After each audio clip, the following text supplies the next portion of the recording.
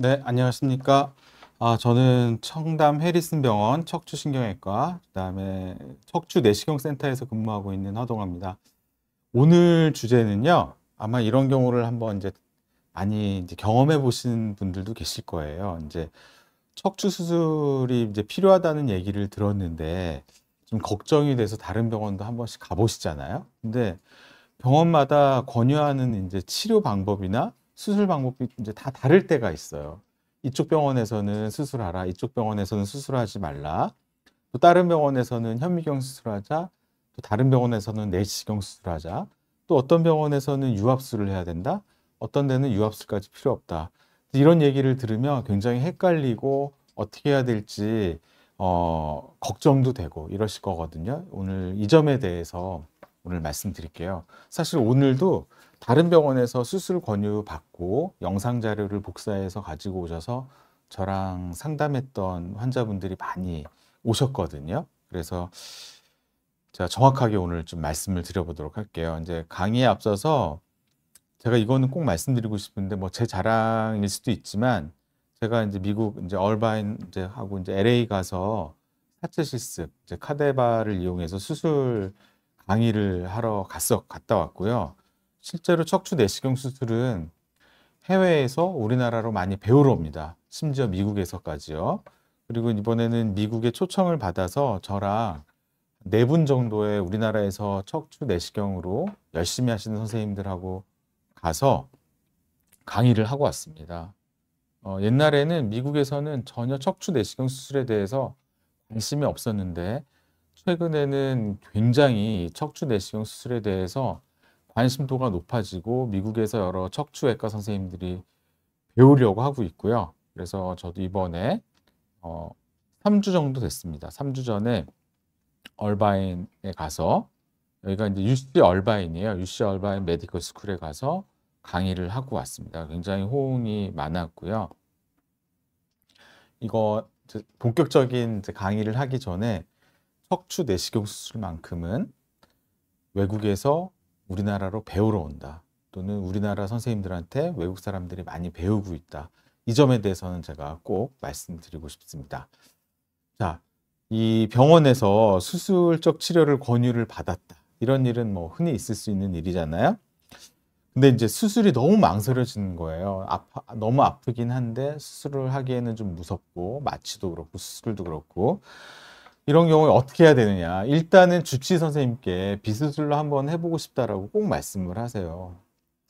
적어도 아주 위급한 상황이 아니라면 저도 수술은 필요한 것 같습니다라고 설명을 했지만 그래도 한번 환자분께서 비수술적 치료를 하고 싶다 그러면 한두 번은 꼭 시도합니다. 왜냐하면 내가 수술 받을 수 있는 여건도 안 되고 뭐 사업을 한다든지 아니면 내가 다니는 직장이라든지 아니면 자영업을 하고 계신데 갑자기 병원에 입원해서 수술을 받을 수 없는 여러 가지 상황이 있을 수 있단 말이에요. 그러면 한 번쯤은 주치의 선생님께 비수술로 꼭 좀 한두 번은 치료받고 싶다 이렇게 말씀하시면 대부분의 선생님은 그럽시다. 그럼 비수술로 좀 해보자라고 분명히 말씀하실 거고요. 만약에 비수술적 치료를 원하셨는데 아예 딱 자른다. 그러면은 다른 병원 치료로 한번 고려해 보셔야 됩니다.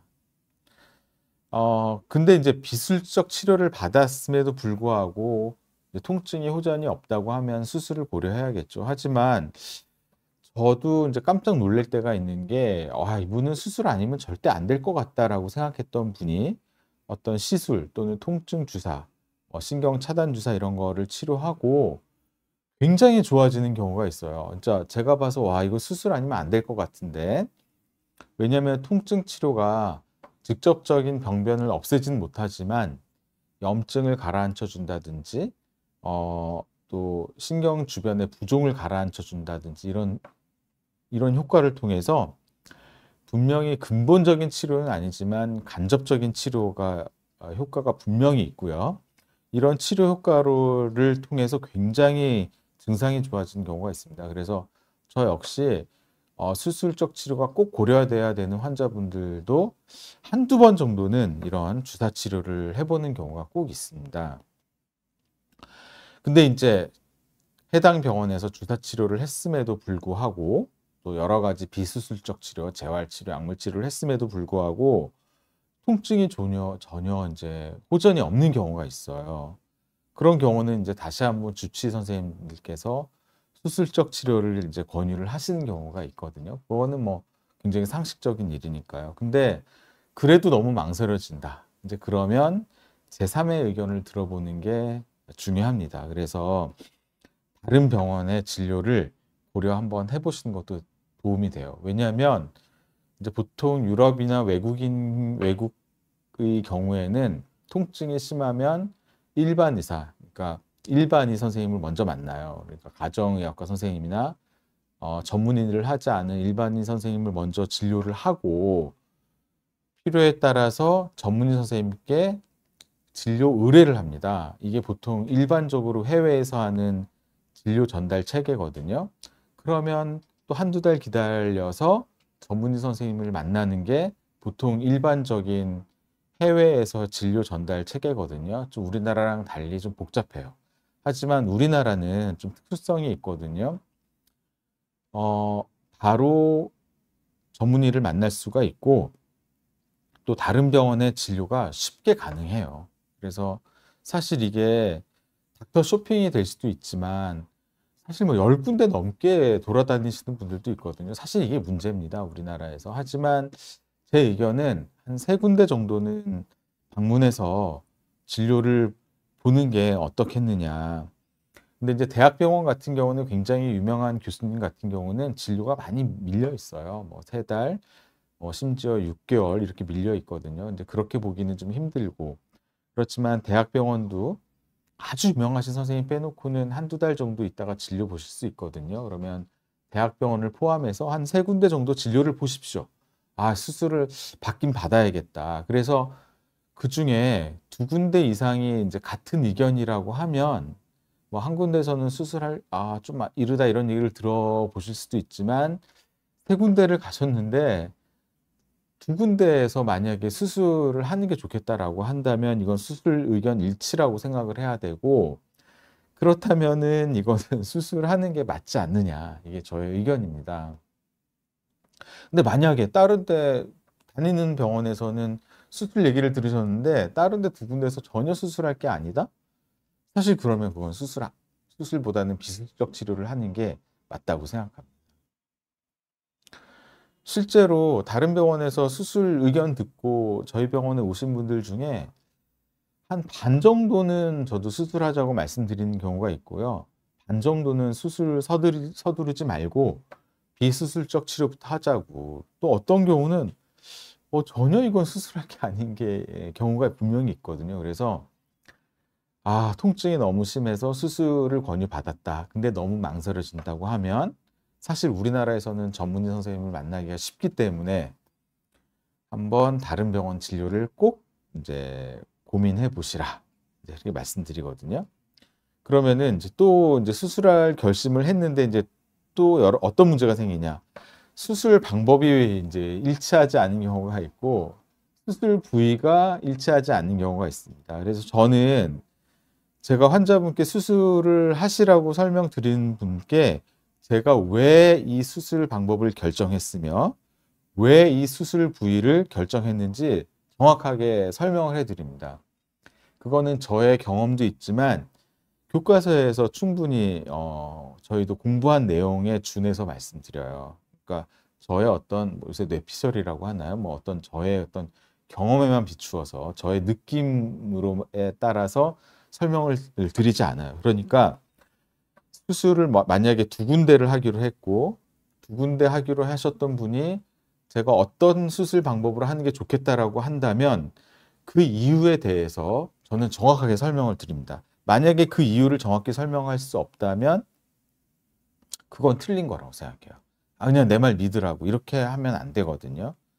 그래서 만약에 예를 들어서 일단 A 병원에서는 현미경 감압술을 얘기를 듣고 B 병원에서는 유압술을 듣고 그다음에 C 병원에서는 내시경 감압술을 얘기를 들었다. 어쨌든 3개가 다 틀렸잖아요. 하지만 여기에 공통된 의견이 있는 거예요. 이 환자분은 적어도 유압수를 한 필요는 없단 말이에요. 근데 감압수를 뭘로 하느냐거든요.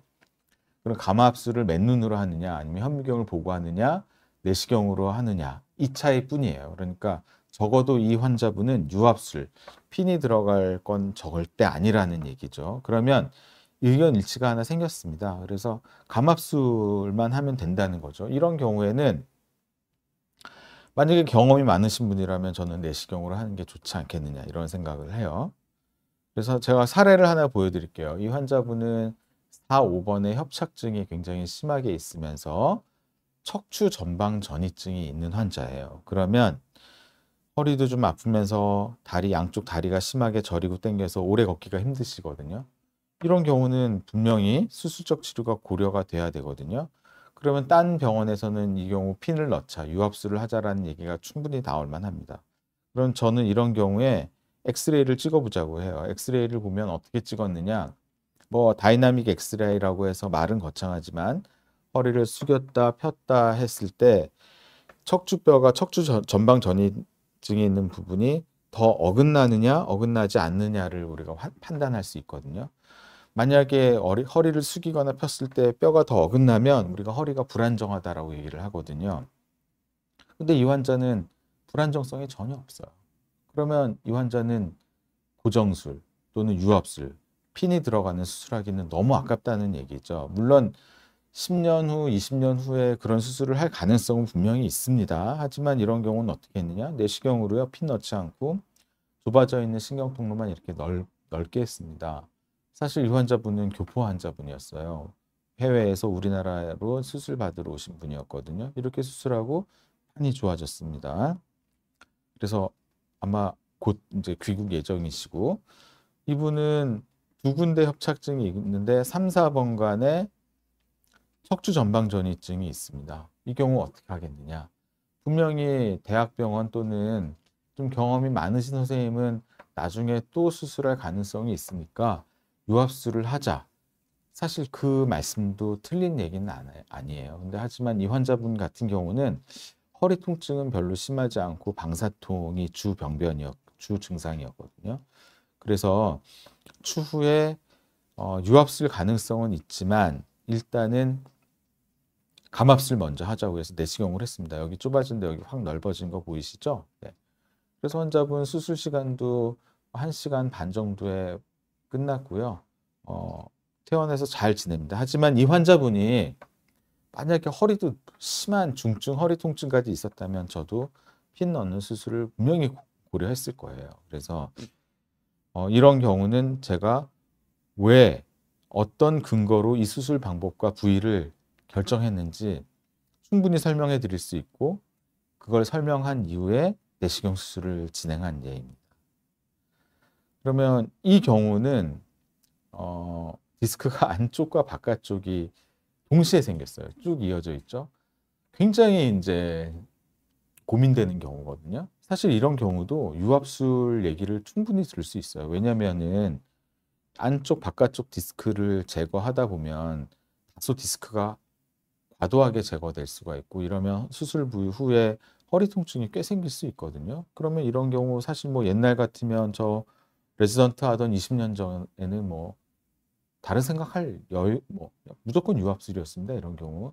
하지만 이런 경우는 내시경으로 얼마든지 가능하고요. 또 어떤 병원에서는 내시경을 2번 해야 된다는 얘기를 들었어요. 안쪽과 바깥쪽 한 번씩.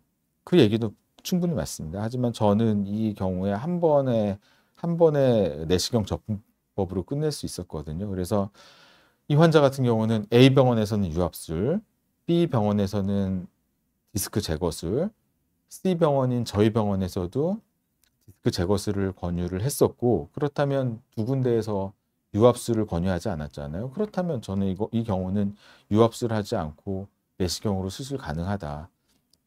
충분히 생각할 수 있었고요. 어떻게 했냐면 내시경이 한번 들어가서 바깥쪽 수술하고 또 내시경을 좀 꺾으면 또 절개하지 않고 안쪽 바깥쪽을 다 한꺼번에 수술할 수가 있습니다. 그래서 안쪽과 바깥쪽 디스크를 한 번에 다 제거할 수 있었고요. 이 환자분 같은 경우는 수술 후에 허리 통증이 좀 남았습니다. 어쩔 수 없었거든요. 왜냐하면 튀어나온 디스크를 제거하는 과정에서 허리 충격 흡수를 해줘야 될 디스크가 좀 더 많이 제거될 수밖에 없었거든요. 하지만 다리 통증은 굉장히 좋아졌고요. 이 경우는 재활 치료하면서 허리 통증은 좀 관리할 수 있습니다. 그래서 수술 결과가 되게 괜찮았거든요. 그래서 이 경우도 A 병원은 유압술, B 병원은 디스크 제거술, 저희도 디스크 제거술을 권유했고, 그래서 내시경으로 잘 치료됐던 경우입니다. 세 번째는 이 환자분은 모 대학병원에서 디스크 제거 수술을 받았거든요. 근데 이제 재발을 한 경우예요. 그러니까 유명하신 교수님께서 수술한 경우도 당연히 재발할 수 있습니다. 제가 수술한 경우도 우리나라 통계는 약 1%에서 재발률이 있고요. 교과서에서는 아직 5%라고 하거든요. 근데 재발된 디스크에 비해서 생각보다 통증이 너무 심한 거예요. 근데 이제 자세히 봤더니 여기에도 이제 디스크가 있었습니다. 네. 이거는 꽤 바깥쪽이죠. 그래서 극외측 디스크라고 얘기를 하는데 다시 한번 보면 이 안쪽만 주로 우리가 많이 보게 되거든요. 근데 이제 요게 다리로 내려가는 신경입니다. 여기는 깨끗하잖아요. 근데 여기는 어때요? 여기도 디스크가 있는 거예요. 너무 진료로 바쁘시면은 여기를 이제 놓치게 되는 거죠. 여기도 그래서 제가 어떻게 했냐면 안쪽, 바깥쪽 디스크 모두 제거해야 된다고 말씀드렸고요. 이 경우는 대학병원에서도 이제 디스크 제거술을 권유했었고 저도 그 디스크 제거술에 동의를 했고요. 하지만 환자분은 통증은 굉장히 심한데 3개월 이상 수술을 기다려야 되는 상황이어가지고 대학병원은 그래서 내시경으로 수술해서요. 이 안쪽에 있는 디스크 다 제거했고요. 이 바깥쪽에 있는 디스크도 다 제거를 했습니다. 그랬더니 이제 신경이 잘 보이기 시작했죠. 그래서 안쪽, 바깥쪽 모두 내시경으로 수술했던 경우입니다. 그래서 이 경우는 대학병원과 저의 의견이 일치했는데 왜 저희 병원에서 수술을 했느냐. 대학병원에서 너무 이제 수술이 대기 시간이 너무 길어지니까 3개월까지는 도저히 기다리기 힘드시다 그래서 저희 병원에 오셔서 수술했던 경우고 결과가 되게 양호했습니다. 그다음에 이 경우는 이제 이분도 나이 많은 할머님이셨는데요. 이제 주로 오른쪽 다리가 많이 아프셨거든요. 사실 이 경우가 저도 굉장히 이제 고민되는 경우인데 여기가 이제 추간공이에요. 여기 위에 추간공은 넓은데 아래가 좁죠. 왜 추간공이냐? 척추 사이 추추간이라 그래서 추간공이라고 얘기를 하는데 여기가 이렇게 넓어야 되는데 여기가 좁고 여기에 디스크까지 생겨 있죠. 그래서 추간공 협착증인 경우는 이제 굉장히 그 치료가 사실 의견이 팽팽히 나뉘는 경우가 있는데 이 추간공 협착증을 해결하기 위해서는 디스크 간격을 벌려주는 게 사실 가장 좋아요. 근데 디스크 간격을 벌려주기 위해서는 여기에 무언가를 끼워 넣어야 되잖아요. 그러면 결국 유압술로 가야 되거든요. 근데 허리가 심하게 아프지 않고 다리만 아픈 경우는 유압술을 하기가 참 그렇단 말이에요. 그래서 이 환자 같은 경우는 여기 디스크 돌출이 동반되어 있으면서 전체적으로 추간공 협착이 동반되어 있었거든요. 그래서 이 경우는 사실 베르톨로티 신드롬이라고 저 바깥쪽까지 좁아져 있는 이제 병이 동반되어 있던 경우였고요. 이 경우는 환자분하고 충분히 상의하고 여기 좁아져 있는 통로를 이렇게 확 넓히는 내시경으로만 해서 좋아졌던 경우입니다. 이 경우도 대학병원에서는 유압술을 권유했고요. 저희와 다른 병원에서는 일단 요 튀어나와 있는 디스크 제거술과 추간공 확장술만 해보자라고 권유를 해서 저랑 다른 병원의 의견은 일치를 했거든요. 그래서 일단 감압술만 했던 경우입니다. 하지만 이 환자분 경우도요, 나중에 유압술을 할 가능성이 있습니다. 여기 이 디스크가 더 닳게 되면 추간공 협착이 더 진행하거든요. 그래서 이렇게 완벽하게 제거해서 넓혔던 경우고요. 비슷한 예입니다. 여기도 보면 여기는 디스크 간격이 넓잖아요. 이분은 73세 할아버님이셨는데 멀리 강원도에서 오셨었는데 여기 디스크 간격이 좁거든요. 근데 이분은 허리도 꽤 아프셨거든요. 그러면 다른 병원에서도 허리 통증과 동반된 다리 통증, 근데 추간공 협착이 굉장히 심하게 동반돼 있어요. 그러면 사실 이 경우는 저도 유압술을 고려해야 되거든요. 근데 환자분께서는 농사일도 하셔야 되고 하셔야 될 일도 많은데 핀을 도저히 자기는 넣을 수가 없다. 그래서 충분히 상의를 했습니다. 허리 아픈 건 좀 남으실 거다라고 말씀드렸고요. 다만 다리 통증은 그래도 많이 좋아지실 겁니다라고 설명을 했고, 그러면 허리 통증은 좀 내가 있어도 괜찮다. 그래 충분히 상의를 하고 감압술만 진행을 했습니다. 그래서 어떻게 했느냐? 여기 좁아진 통로를 일단 최대한 넓혔습니다. 예. 그래서 다리 통증은 많이 좋아지셨는데요. 이 경우는 허리 통증은 좀 남습니다. 근데 약 먹으면서 잘 지내신다고 해서 감압술만 했던 경우고요. 이 경우는 그 탈출증이거든요. 이제 젊으신 환자분이에요. 근데 보면은 가운데에서 MRI는 이쪽이 오른쪽이고 이쪽이 왼쪽이고 이쪽이 왼쪽이고 이쪽이 오른쪽이거든요. 굉장히 이제 심한 디스크가 있죠. 사실 옛날에는 이 정도 디스크 탈출증은 내시경으로 하기 힘들다고 얘기를 했어요. 실제로 저도 이 정도 옛날에 한 7, 8년 전에는 이 정도 디스크면 내시경으로 시도 안 하고 그냥 현미경으로 한 번에 끝내자라고 충분히 얘기할 만한 디스크거든요. 그래서 다른 병원에서 수술적 치료는 해야 된다라는 걸 했는데 두 개의 병원에서는 현미경으로 수술하는 게 더 좋겠다라고 얘기를 했고요. 또 한 병원에서는 이쪽에서 수술 한 번, 왼쪽에서 한 번, 오른쪽에서 한 번 이렇게 두 번을 하자고 얘기를 들은 경우도 있었거든요. 근데 하지만 이거는 내시경을 이용하면 한쪽으로 들어가서 다 제거할 수 있습니다. 그래서 수술을 하는 거에 대해서는 세 개의 병원이 모두 일치를 했고요. 저는 이제 내시경으로 했죠. 그래서 내시경으로 해서 이렇게 튀어나왔던 디스크 다 제거했고, 가운데에서 오른쪽까지 치우쳐진 MRI는 이쪽이 오른쪽이거든요. 예. 거기 모두 다 내시경으로 싹 제거됐고, 환자분은 수술 후 이틀 후에 잘 퇴원했던 그런 경우입니다. 그다음에 이 경우는요, 이제 슬슬 이제 마무리할 것 같은데요. 협착증이 하나, 둘, 셋, 네 군데가 있었어요. 그래서 다른 병원에서 이 네 군데에 다 핀을 넣어야 된다. 사실 그 말이 틀린 얘기는 아니거든요. 근데 환자분께서는 수술도 할까 말까인데 네 군데 핀은 도저히 못 넣겠다. 이제 그렇게 했어요. 저도 충분히 동의하거든요. 근데 이 맨 아랫마디는 추가공 협착까지 동반돼서 저도 꼭 이 핀이 들어가야 된다라고 설명을 했고요.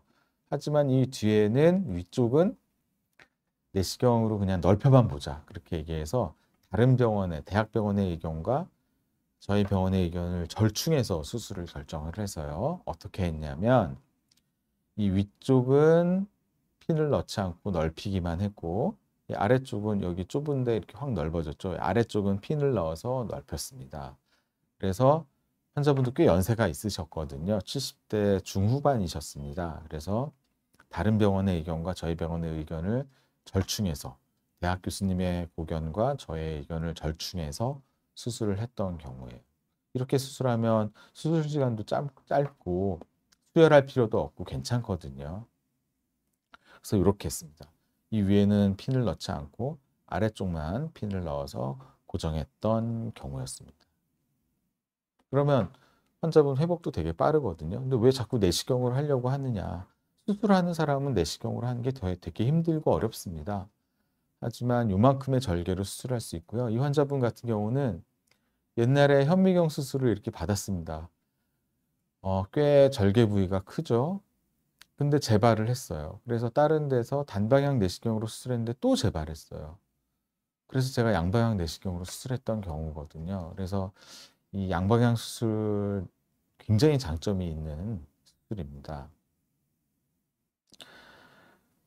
저희 병원에서는요, 저희 병원의 자랑이라고 할 수 있지만 다른 병원에서 수술 권유받은 환자분이 많이 오시거든요. 그러면 이제 제가 다른 병원에서의 어떤 수술을 권유받았느냐를 꼭 참고해서 저의 의견을 또 생각해서 저의 경험과 이런 것, 교과서적인 내용을 확인해서 수술 방법을 결정하고 있는데요. 저희는 아침마다 그 6명의 척추외과 의사가 모여서 수술 방법에 대해서 다시 한번 검증하는 시간을 갖습니다. 왜냐하면 제가 수술 방법을 유압술로 결정했던 또는 감압술만 하자 아니면 내시경 수술로 하자라고 결정을 했지만 제가 결정한 수술 방법에 오류가 있으면 안 되니까요. 아침마다 이거 진짜 매일 아침마다 합니다.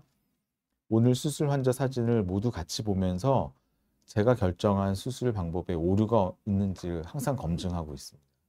또 다른 원장님께서 결정했던 수술 방법이나 부위에 대해서 저희가 다시 한번 검증하는 시간을 갖고 있습니다. 실제로 세 부위를 수술할까 고민했던 환자분이었는데 다른 선생님들 의견이 세 부위까지 다 할 필요 없다.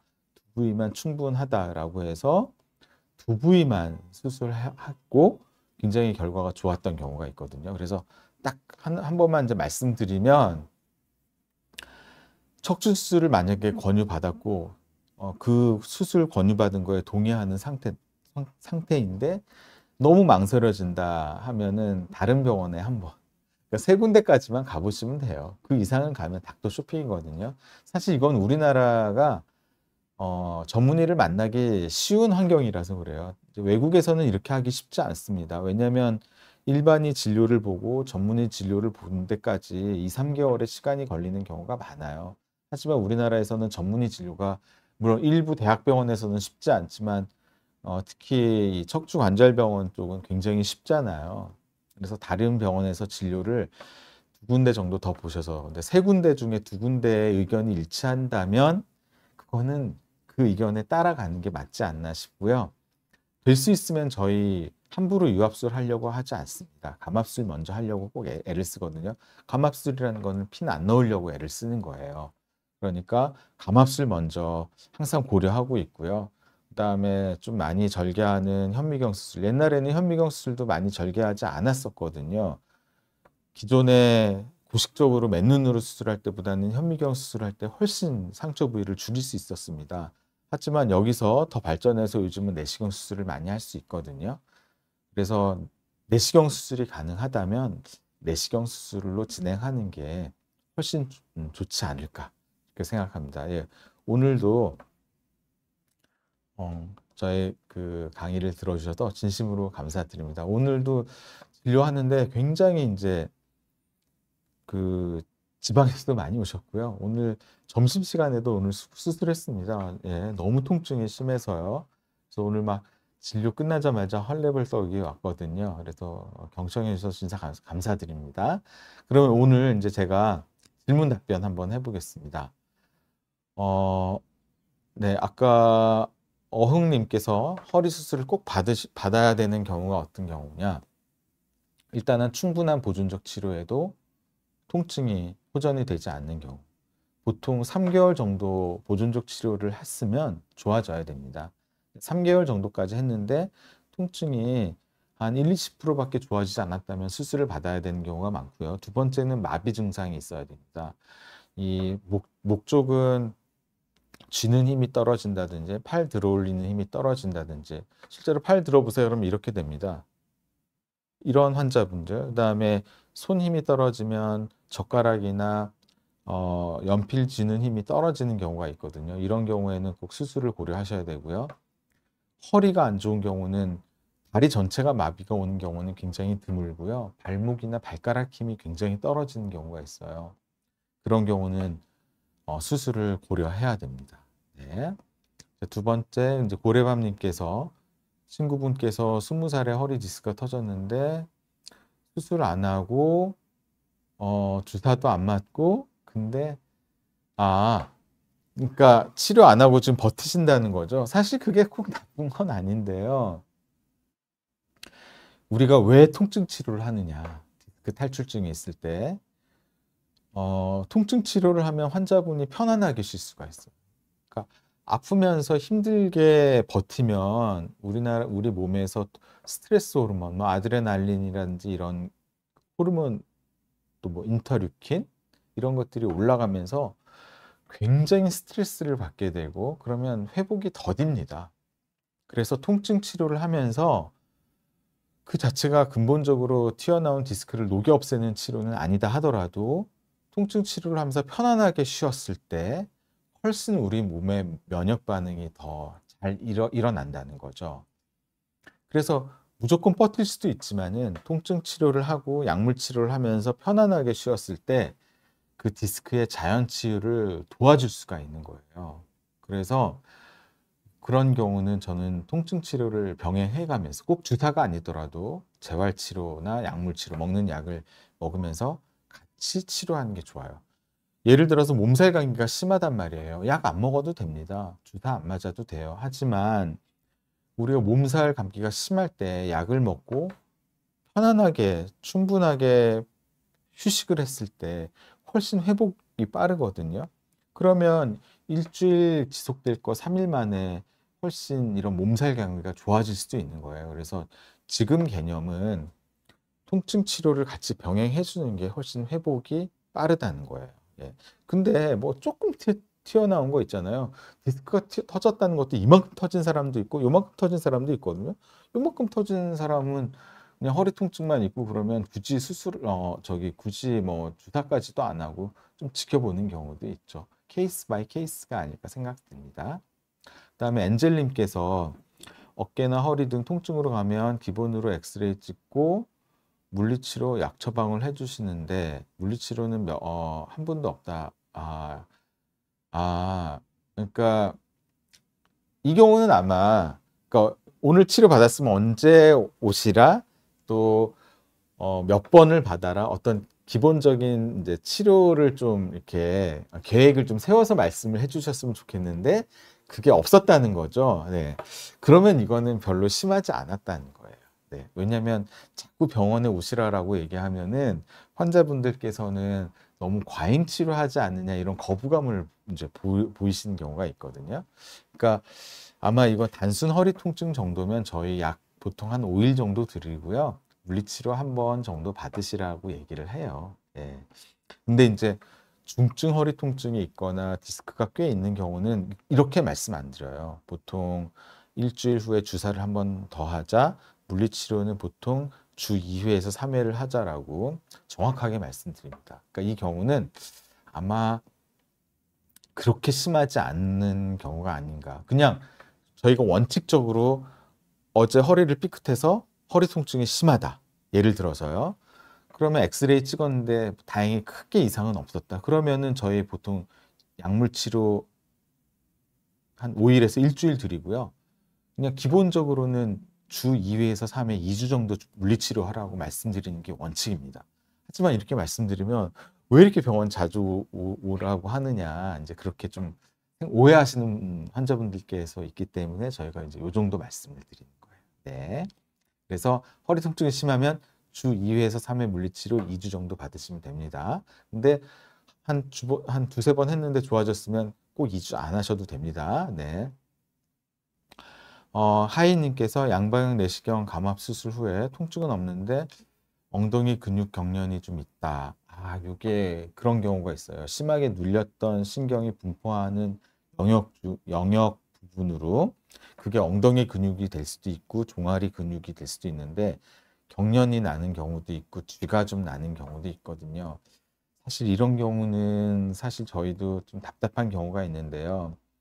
이런 경우는 굉장히 상투적인 말씀이지만 운동하고 스트레칭 하시라고 말씀드리고요. 이 경련이 심하면 약 처방을 좀 해드립니다.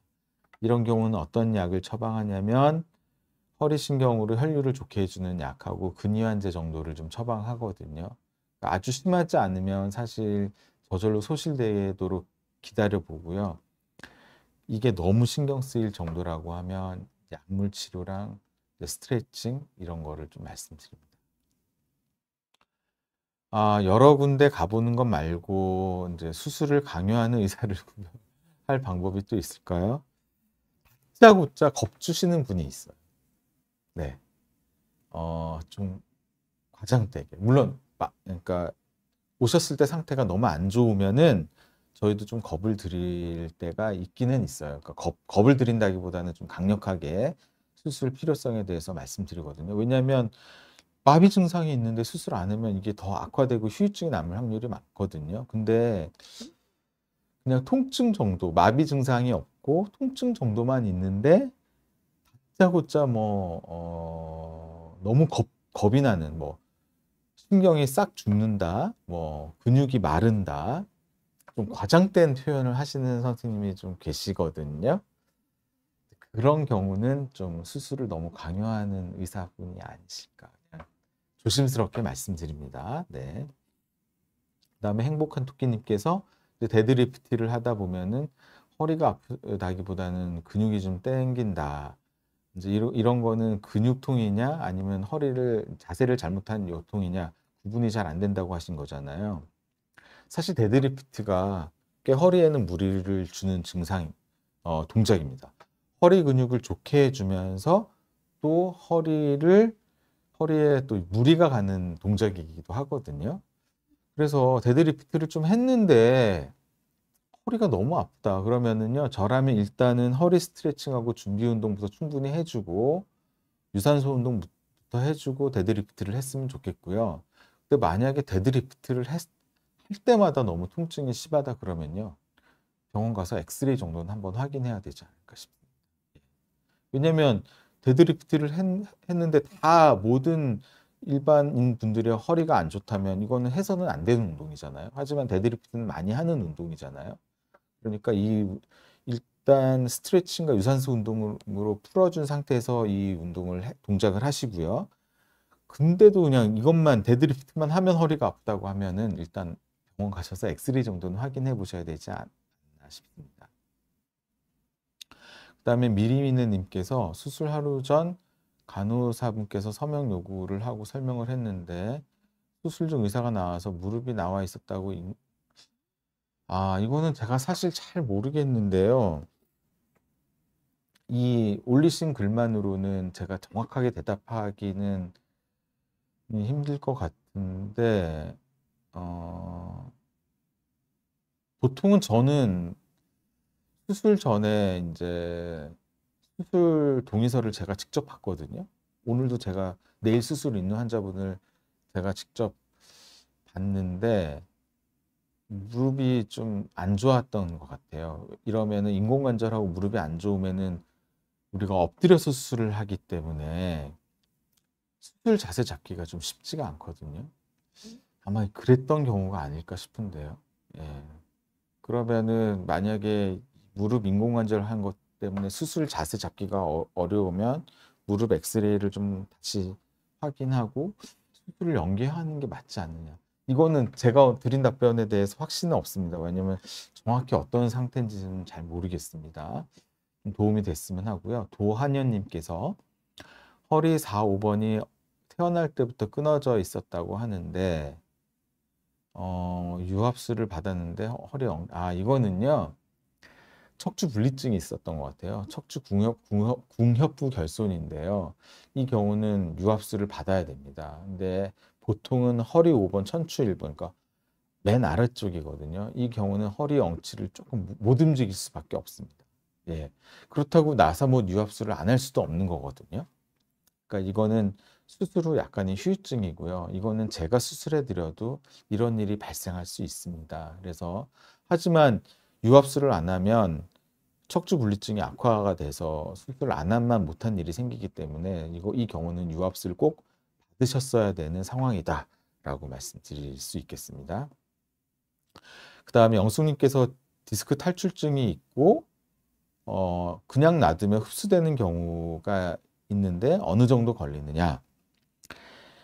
사실 저희가 매스컴에 나가면 이런 얘기를 많이 합니다. 왜냐하면 매스컴 나갔는데 특히 옛날에 이제 공중파 디스크 수술한다 그러면 다 싫어해요. 네.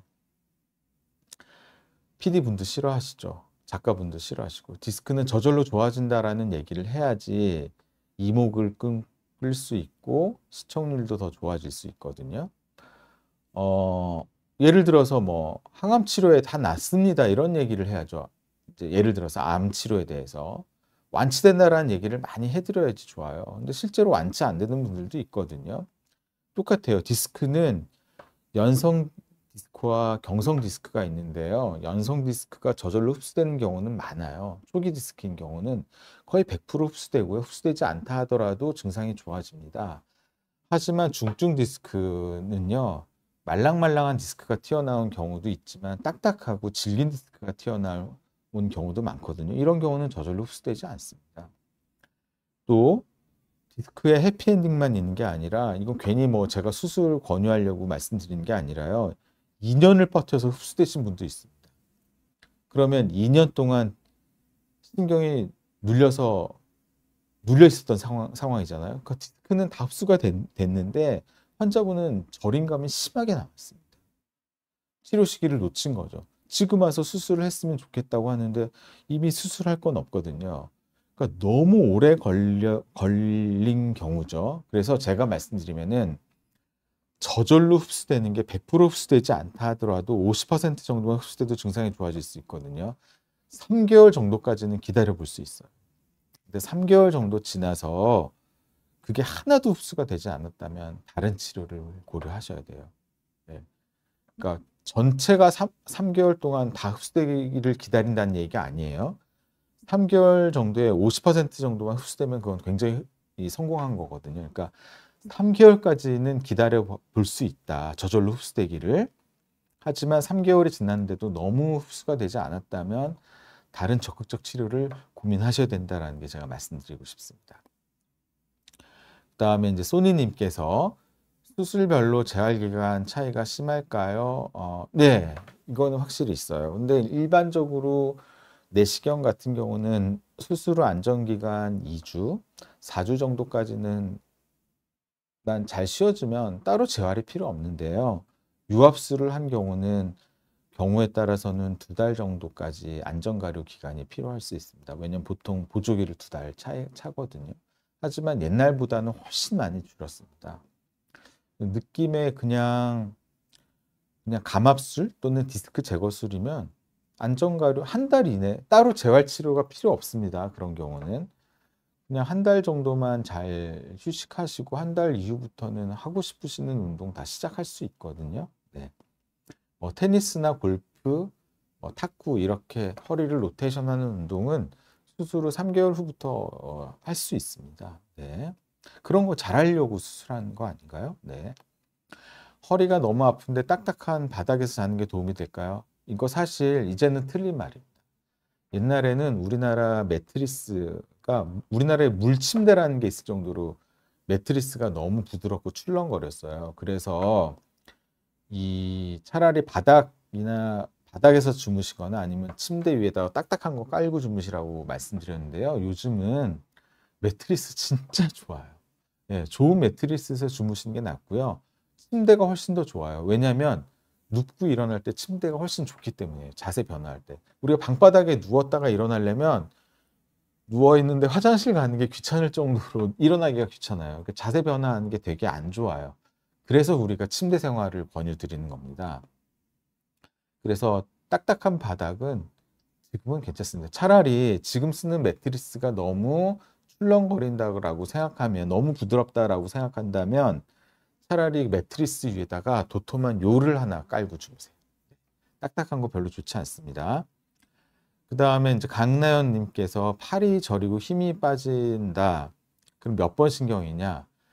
보통은요, 팔 들어올리는 힘이 떨어져 있으면 3, 4번이나 4, 5번 디스크고요. 쥐는 힘이 떨어져 있으면 6번, 7번이나 7번, 1번이고요. 그다음에 팔목 쪽에 힘이 떨어져 있으면 5번, 6번입니다. 그러니까 고유 영역에 분포 영역이 있어요. 그래서 만약에 팔 들어올리는 힘이 떨어진다면 이건 빨리 수술을 하시는 게 좋아요. 그건 보통 5번 신경에 눌려 있는 거거든요. 오른팔이면 이 쥐는 힘이 떨어지는 것도 굉장히 불편할 수 있거든요. 오른손잡이인 경우는. 그리고 만약에 척수병증이라고요. 신경근이 눌린 게 아니라 목에서는 척수신경 덩어리가 내려오잖아요. 이런 경우는 디스크에서 전체적으로 신경이 눌립니다.